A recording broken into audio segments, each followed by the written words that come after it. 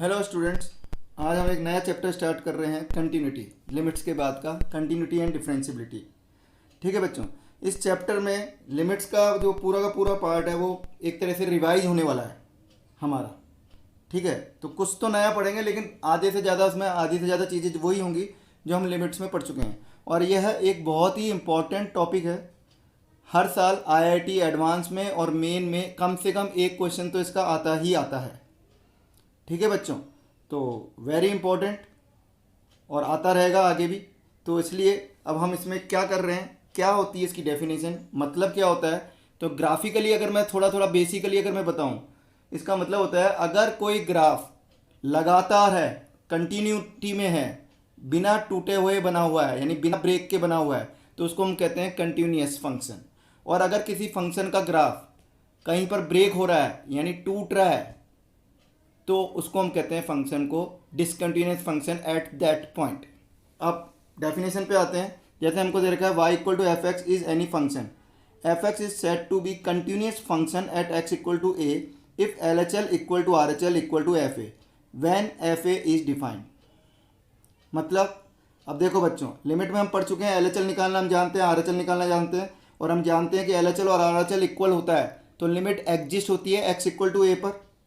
अब हमारे को बस इतना तो हम ऑलरेडी पढ़ चुके हैं, बस हमारे को क्या निकालना है, एफ ए निकालना है। और एफ ए भी अगर इसके बराबर है तो हम कहेंगे फंक्शन कंटिन्यूस है, अदरवाइज नॉट। तो एफ ए निकालना हमको आता है। एफ ए का मतलब क्या है, एक्स इक्वल टू ए पर फंक्शन की वैल्यू वो डिफाइन है। अगर एक्स इक्वल टू ए पे और इन दोनों के बराबर आ रही है तो हम कहेंगे फंक्शन कंटिन्यूस है, नहीं तो फंक्शन डिसकंटिन्यूस है।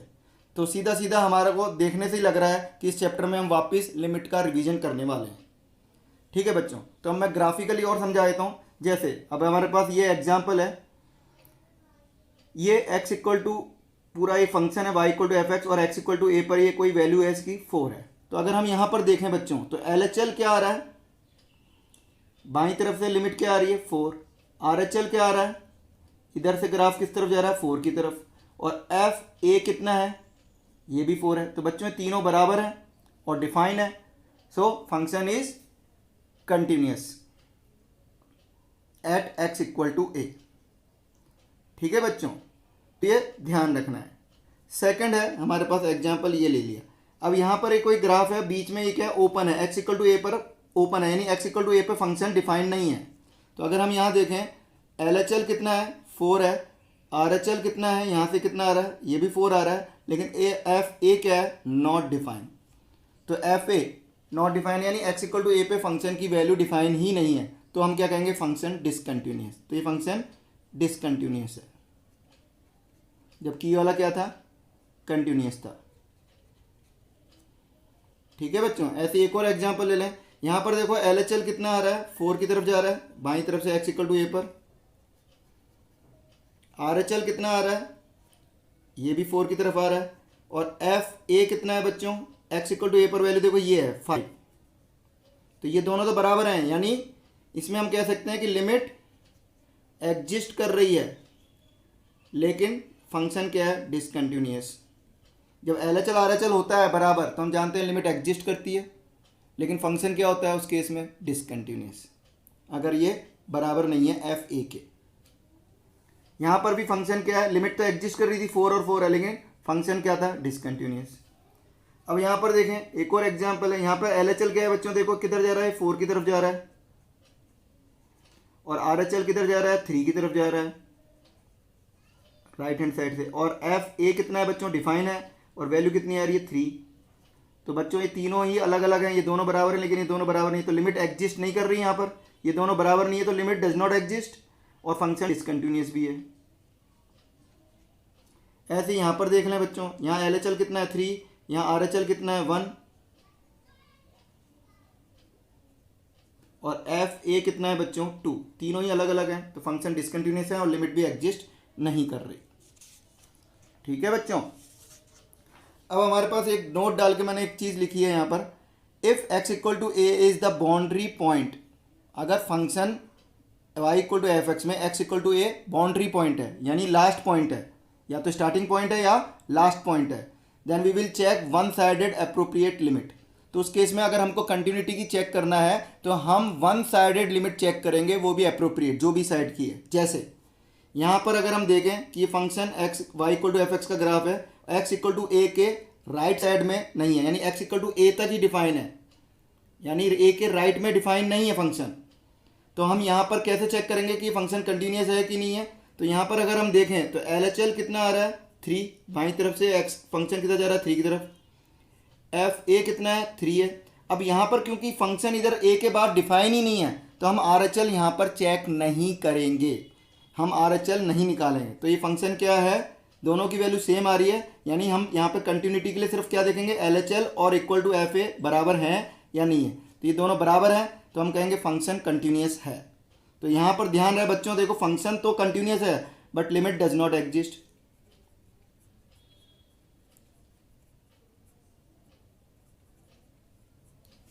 लेकिन limit exist does not exist है। हम पढ़ चुके हैं लिमिट में कि लिमिट एग्जिस्ट कब करती है, जब L H L R H L दोनों हो और दोनों बराबर हो और फाइनाइट हो, ये हम पढ़ चुके हैं।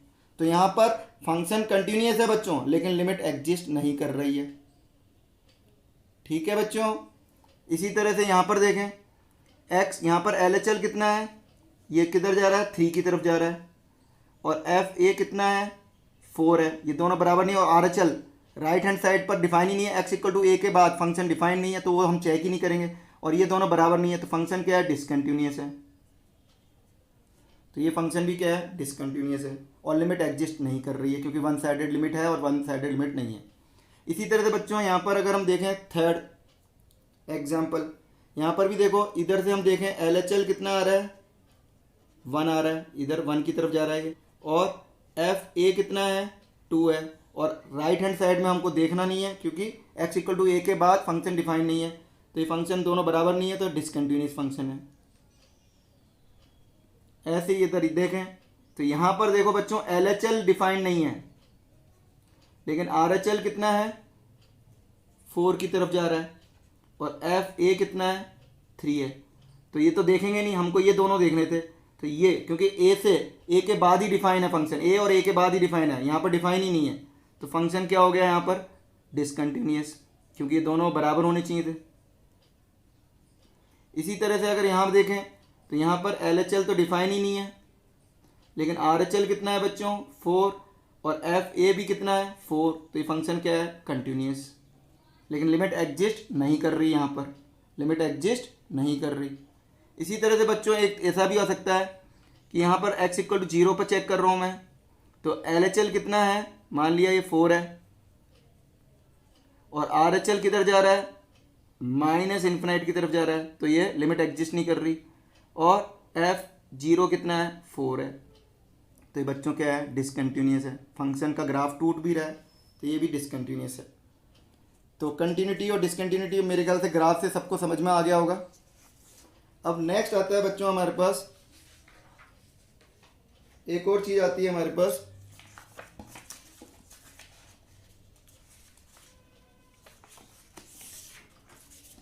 एक और चीज आती है हमारे पास बच्चों, रिमूवेबल डिसकंटिन्यूटी। रिमूवेबल डिसकंटिन्यूटी ये क्या होती है बच्चों, अगर कोई ग्राफ ऐसा है जिसमें x इक्वल टू ए पे नॉट डिफाइन है फंक्शन, लगातार है, L H L R H L बराबर है और फाइनाइट है, और F A define not define है या डिफाइन है लेकिन अलग पॉइंट पर डिफाइन है, अलग है, L H L equal to R H L है और फाइनाइट है, लेकिन एफ ए या तो है यहाँ डिफाइन है और यहाँ नॉट डिफाइन है, लेकिन नॉ यहाँ पर जब डिफाइन है तो not equal to R H L है, not equal to L H L and R H L है, तो फंक्शन को हम क्या कहेंगे, रिमूवेबल डिसकंटिन्यूटी। बच्चों नाम से ही पता है, रिमूवेबल मतलब ऐसी डिसकंटिन्यूटी जिसको हम रिमूव कर सकते हैं, यानी हटा सकते हैं, यानी इसको हम कंटिन्यूटी में चेंज कर सकते हैं, इस फंक्शन को हम कंटिन्यूस बना सकते हैं। कैसे, देखो यहाँ पर अगर मेरे पास फंक्शन ये कुछ इस तरह से फंक्शन है, ये मान लिया y equal to F x का कोई फंक्शन है, ये मान लिया, और ये x इक्वल टू ए पर डिफाइन नहीं है, तो एफ एक्स है कब, जब x is not equal to a, और x इक्वल टू ए पे फंक्शन क्या है, नॉट डिफाइन है। तो अगर मैं एक नया फंक्शन बनाऊं कि x equal to x equal to ए पर उसकी वैल्यू मैं ये रख दूं जो यहाँ पर आ रही है, मान लिया 4 आ रही है, तो ये इस फंक्शन को मैंने इसमें चेंज कर दिया, एक्स इक्वल टू ए पर मैंने नया जो नॉट डिफाइन था उसको डिफाइन कर दिया एक्स इक्वल टू ए पर 4। तो ये वैल्यू जो आएगी एक्स इक्वल टू 4, ये बिल्कुल ये वाली आ जाएगी। तो ये फंक्शन क्या हो जाएगा इसका, बिल्कुल लगातार बन जाएगा कि नहीं बन जाएगा। तो ये क्या हो जाएगा, कंटिन्यूस फंक्शन हो जाएगा। इसको हम कहते हैं, तो इस तरह की जो डिसकंटिन्यूटी होती है उसको हम कहते हैं रिमूवेबल डिसकंटिन्यूटी। यहाँ पर भी देखें बच्चों, ये y equal to F x का ग्राफ था, ये वाला ग्राफ जो था ऐसा था, x is not equal to a पे, और x इक्वल टू ए पर ये क्या था, 4 था, x इक्वल टू ए पर ये 4 था। तो ये डिसकंटिन्यूस हो रहा था। लेकिन अगर मैं इसकी जगह एक और फंक्शन बना दूं ऐसा कि एफ एक्स है, इसकी value x is not equal to ए पर, ये एफ एक्स है, और x इक्वल टू ए पर इसकी वैल्यू 4 की जगह मैं 3 कर दूं, तो ये बच्चों ये वाला ग्राफ क्या हो जाएगा, ये पॉइंट कहाँ जाएगा, यहाँ आ जाएगा, और फंक्शन क्या बन जाएगा, कंटिन्यूस। तो इसको हम कहते हैं रिमूवेबल डिसकंटिन्यूस या डिसकंटिन्यूटी। नेक्स्ट आता है नॉन रिमूवेबल डिसकंटिन्यूटी। क्या होती है बच्चों, तो नॉन रिमूवेबल डिसकंटिन्यूटी कब होगी, जब LHL और RHL बराबर नहीं होंगे। जैसे ये LHL अलग है, RHL अलग है, LHL अलग है, RHL अलग है, तो इसको हम कहते हैं नॉन रिमूवेबल डिसकंटिन्यूटी। तो ये बच्चों डिसकंटिन्यूटी के टाइप होते हैं, ज़्यादा इंपॉर्टेंट नहीं है लेकिन आपको मालूम होना चाहिए। नेक्स्ट है जंप ऑफ डिसकंटिन्यूटी। तो बच्चों जंप ऑफ डिसकंटिन्यूटी होती है अगर कोई फंक्शन ऐसा है जिसमें LHL फाइनाइट है, RHL फाइनाइट है, लेकिन LHL और RHL अलग अलग है, अलग अलग है, तो उस केस में जंप ऑफ डिसकंटिन्यूटी क्या हो जाएगी बच्चों, LHL माइनस RHL का मॉड, यानी magnitude of difference of LHL and RHL। जैसे कोई फंक्शन है, ये y equal to F x का फंक्शन है, LHL पे क्या आ रही है 3, RHL पे वैल्यू क्या आ रही है -1, तो जंप ऑफ डिसकंटिन्यूटी क्या हो गई बच्चों, ये दोनों फाइनाइट है और अलग अलग है,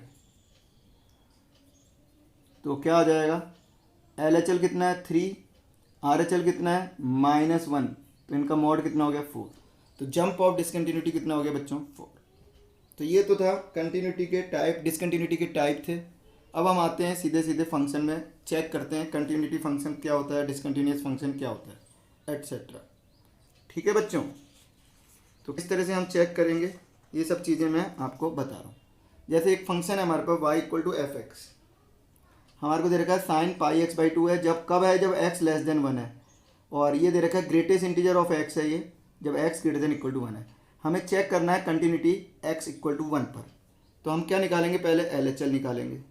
तो LHL कहाँ निकालेंगे, यानी f of 1 minus h, x equal to 1 की बात कर रहे हैं हम, लिमिट h टेंडिंग टू 0, तो f 1 माइनस एच, h हम जानते हैं पॉजिटिव होता है, 1 माइनस एच यानी 1 से छोटा, तो 1 से छोटा इधर लेंगे कि इधर लेंगे, ऑब्वियसली 1 से छोटा इधर लेंगे, तो ये क्या आ जाएगा बच्चों, x की जगह क्या लिखना है 1 माइनस एच, और लिमिट क्या लगानी है बच्चों, h टेंडिंग टू 0। तो यहाँ पर ये इंडिटरमिनेट फॉर्म तो बन नहीं रही, तो सिर्फ h की वैल्यू क्या कर दें, 0 की तरफ जाएगी। जैसे जैसे h 0 की तरफ जाएगा ये फंक्शन किस तरफ जाएगा, साइन पाई बाई 2 की तरफ, यानी 1। तो डायरेक्ट लिखना है क्योंकि ये इंडिटरमिनेट फॉर्म तो बन नहीं रही थी। अगर इंडिटरमिनेट फॉर्म बनती तो लिमिट का पूरा प्रोसीजर, लिमिट चैप्टर में जो जो हमने पढ़ा है, जिस टाइप की बन रही थी उस टाइप से हम इसको लिमिट की वैल्यू निकालते। तो RHL की अगर हम बात करें तो RHL क्या होता है बच्चों, f ऑफ 1 प्लस एच होता है, h टेंडिंग टू 0 पे, 1 प्लस एच यानी 1 से बड़े पर देखना है, तो ये क्या हो जाएगा बच्चों, x को किससे रिप्लेस करूँगा, 1 प्लस एच से, तो ये आ गया 1 प्लस एच यानी 1 से बड़े का ग्रेटेस्ट इंटीजर क्या होता है, हम जानते हैं 1 होता है। तो बच्चों ये दोनों बराबर आ गए। अब f 1 पर और हमको वैल्यू निकालनी है कंटिन्यूटी के लिए, ये दोनों तो हम किस पे देखते थे, लिमिट पे तो देखते ही थे। अब अगर कंटिन्यूटी चेक करनी है तो हमको f1 भी निकालना होगा। x इक्वल टू 1 पर डिफाइन है कि नहीं फंक्शन, चेक करें, तो x इक्वल टू 1 पर डिफाइन है, x ग्रेटर देन और इक्वल टू 1 पर ये वैल्यू है, तो f1 क्या आ जाएगा, 1 का ग्रेटेस्ट इंटीजर जो कि 1 होता है। तो बच्चों यहाँ पर क्या आ रहा है देखो, LHL equal to RHL equal to f1, तीनों बराबर आ रहे हैं, तीनों 1 के बराबर आ रहे हैं। ठीक है, so the function is continuous. तो हम कहेंगे फंक्शन क्या है, कंटिन्यूस है x इक्वल टू 1 पर। आ रहा बच्चों, मैथमेटिकली कैसे देखा, और ग्राफ बना के भी हमने देख चुके हैं, ग्राफ का भी हमने कैसे किया था।